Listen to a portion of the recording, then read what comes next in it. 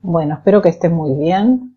Hoy vamos a hablar de un tema que no es fácil, no lo voy a negar, porque cuando uno empieza a integrar, que es a partir de los aspectos, es como que empieza a sentir los primeros escollos en astrología. Hasta ahora, bueno, sabíamos los signos, las características, eso es fácil, sabemos las casas, de qué se trata cada una, buenísimo, los planetas, energías que son muy coincidentes con los signos que representan. Hasta ahora todo es fácil, pero cuando empezamos a juntar todos esos componentes, esas características, nos vemos como en problemas.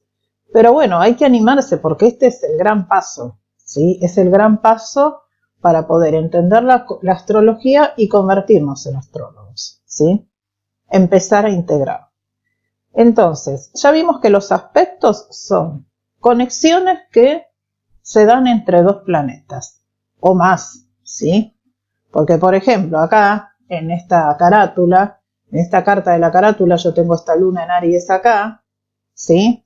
Que hace una cuadratura con dos planetas que están juntos. Entonces yo no puedo interpretar este aspecto como luna, cuadratura, Urano y después luna, cuadratura, Neptuno. Tengo que interpretarlo como luna, cuadratura, Urano, Neptuno, ¿sí? O sea, esto es una unidad que está en conflicto con esta energía, ¿sí? Entonces, sabemos que esto significa algo. Esta cuadratura de la luna con Urano-Neptuno, que es una conjunción generacional, es una conjunción de las personas que han nacido más o menos en los años 90, la última vez que se dio esta unión de planetas, así como ahora estuvo Saturno y Plutón, que no se dan juntos en condiciones comunes y corrientes. Urano y Neptuno también se han juntado en algún momento y la última vez fue alrededor de la década del 90. Y caracteriza una generación de gente muy libre, de gente muy creativa, muy original, con poco arraigo, ¿sí? Muy como artística y con mucha originalidad, ¿sí? Ahora, esta persona que evidentemente nació con esta conjunción en su casa 6, o sea que esa energía de creatividad y de originalidad y de libertad la tiene que tener en su área laboral, en su cotidianeidad, porque así se lo exige esta unión planetaria, está un poco en contraposición con esa luna que está en Aries, que está en casa 9, una luna que la llama la acción, ¿sí? Que quiere viajar, que quiere estudiar, que necesita expresar una filosofía de vida propia, de alguna manera está en controversia con este principio.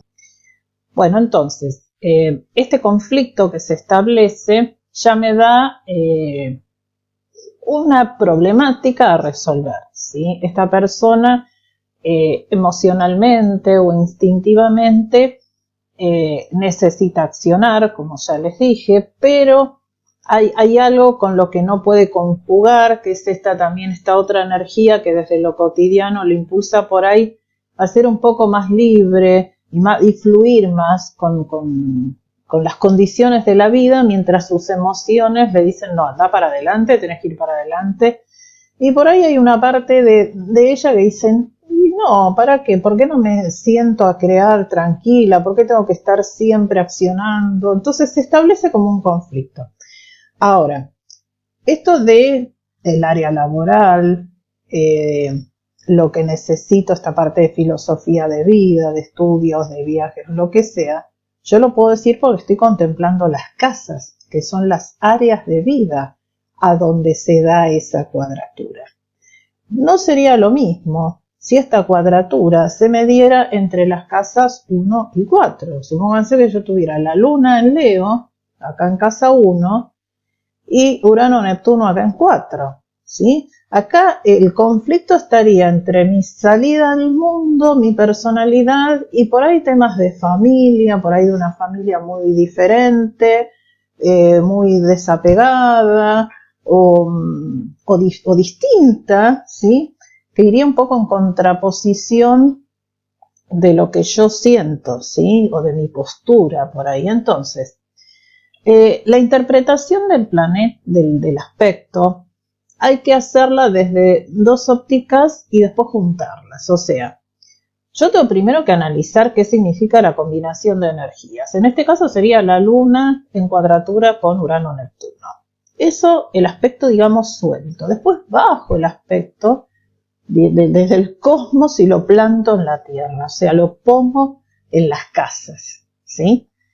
Entonces, lo que yo les voy a presentar en este video, que tomé unas tablas del libro de Claudia Rizzi, que a mí me pareció que estaba bueno, porque da algunos tips de qué se pone en juego cada vez que se combinan dos casas, porque acá no solamente cuando ponemos los aspectos en las casas, no solamente se conectan los planetas, se conectan las casas también.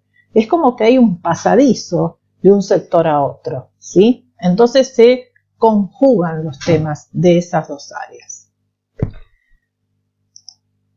Bueno, estas son las tablas que ustedes van a recibir, porque yo después de este PDF se los voy a mandar, ¿sí? Acá ustedes ven qué posibles oposiciones pueden hacerse, entre qué casas. Obviamente hay 6 ejes en la carta, entonces puede haber, se pueden dar las oposiciones en 6 ejes distintos, ¿sí? En las casas 1-7, en 2-8, en 3-9, en 4-10, en 5-11 o en 6-12. Los temas de ese eje va a ser, en el caso de la oposición, es una cosa que se enfrenta con la otra, ¿sí? Si yo tengo la oposición en el eje 1-7, obviamente el conflicto va a estar en lo vincular. Si lo tengo en la 4-10, entre mi familia y mi proyección social.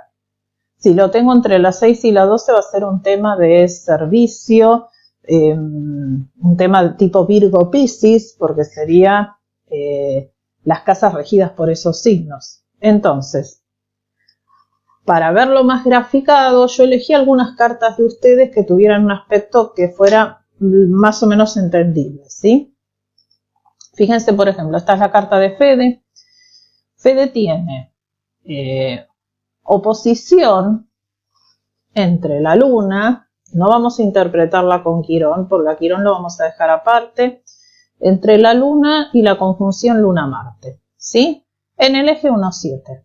Entonces, ¿cómo se puede interpretar? Es una oposición entre dos planetas que genera mucha tensión, una carga de tensión nerviosa o explosiones de carácter, ¿sí? Como se da en el eje de los vínculos y la conjunción o sea, la energía más complicada es la de Marte-Urano, está en 7, probablemente toda esta tensión la viva mucho a través de los vínculos de las sociedades, de temas legales también, ¿sí?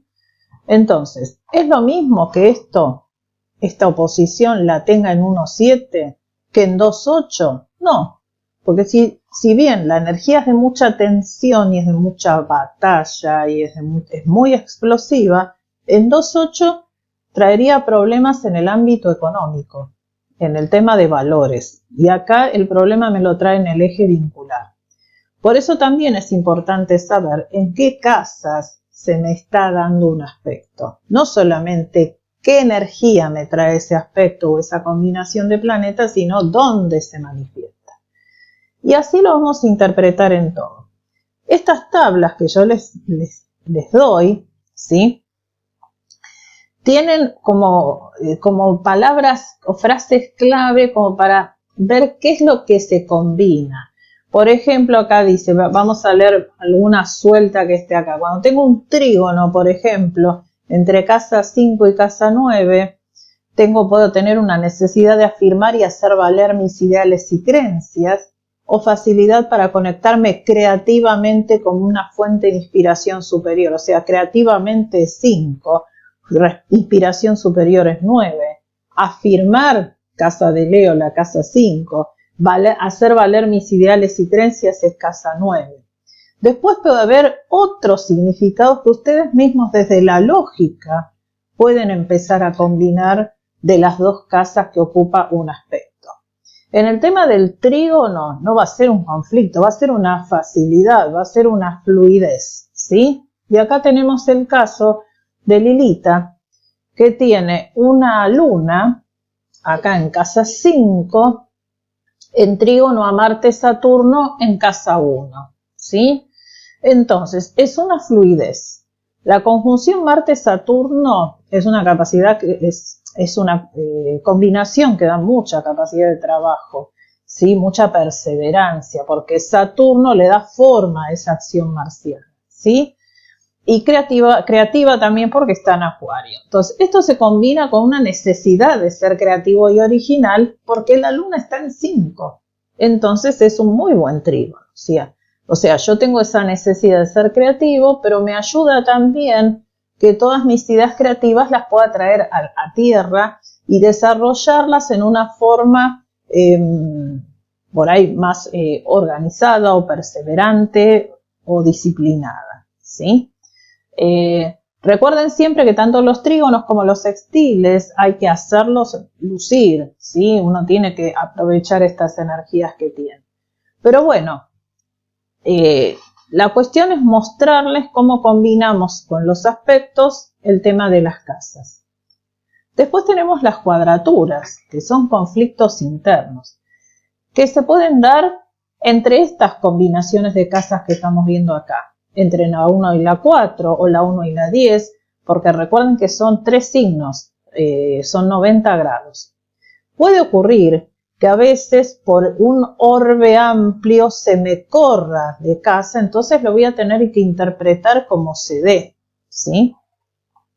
Fíjense, por ejemplo, una cuadratura entre la casa 1 y la 4, se confrontan quién soy como ser individual único y diferente de mi familia, ¿sí? O quién soy como parte de mi familia y mi herencia ancestral. O sea, es mi yo con respecto a lo familiar, con respecto a mi raíz. Ahí hay un conflicto, por ejemplo, para resolver.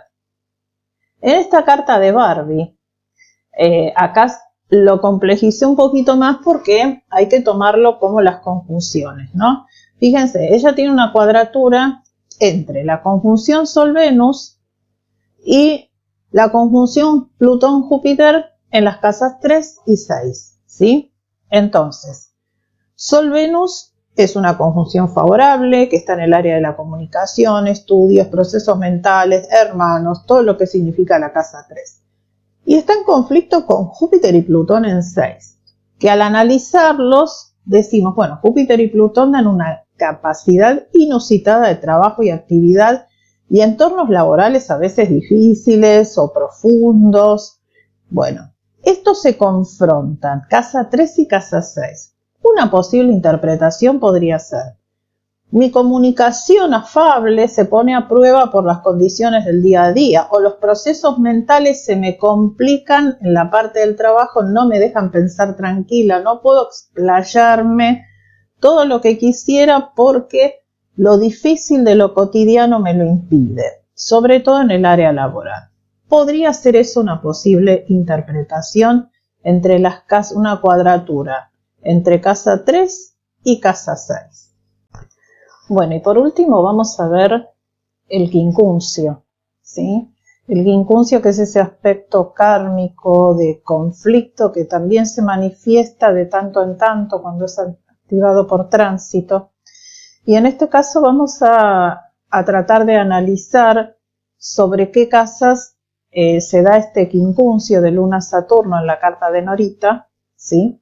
Luna-Saturno es una combinación cuando se da digamos, en aspecto difícil o en aspecto inarmónico, que da una cierta represión de las emociones y de las necesidades, ¿sí? Y que es muy fuerte.